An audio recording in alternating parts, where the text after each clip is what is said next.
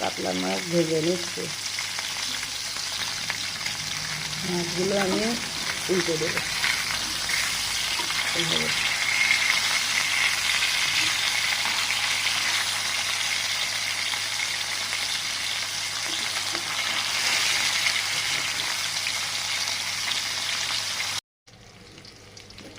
বিসমিল্লাহির রহমানির রহিম। আসসালামু আলাইকুম। আমি মান কচু দিয়ে কাতলা মাছটা রান্না করবো। মান কচু সেদ্ধ করে রেখে দিয়েছি। এবার আমি মশলাগুলো ভেজে নিয়েছি। পেঁয়াজ আর রসুন ভালো করে ভেজে নেবো, নিয়ে গুঁড়ো মশলাগুলো দিয়ে দেবো।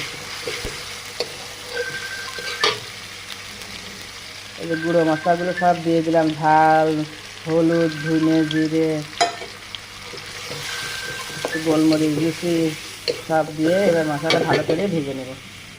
কচু রান্না করছি, ঝোলের পানি উঠে গেছে। এবার আমি কচুগুলো দিয়ে দিচ্ছি। কচুগুলো এই যে সেদ্ধ করে রেখেছিলাম, মান কচু।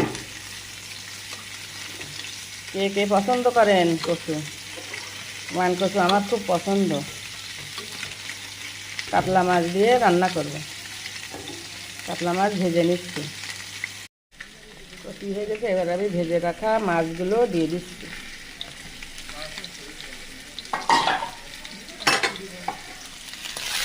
মান কচু দিয়ে কাতলা মাছ।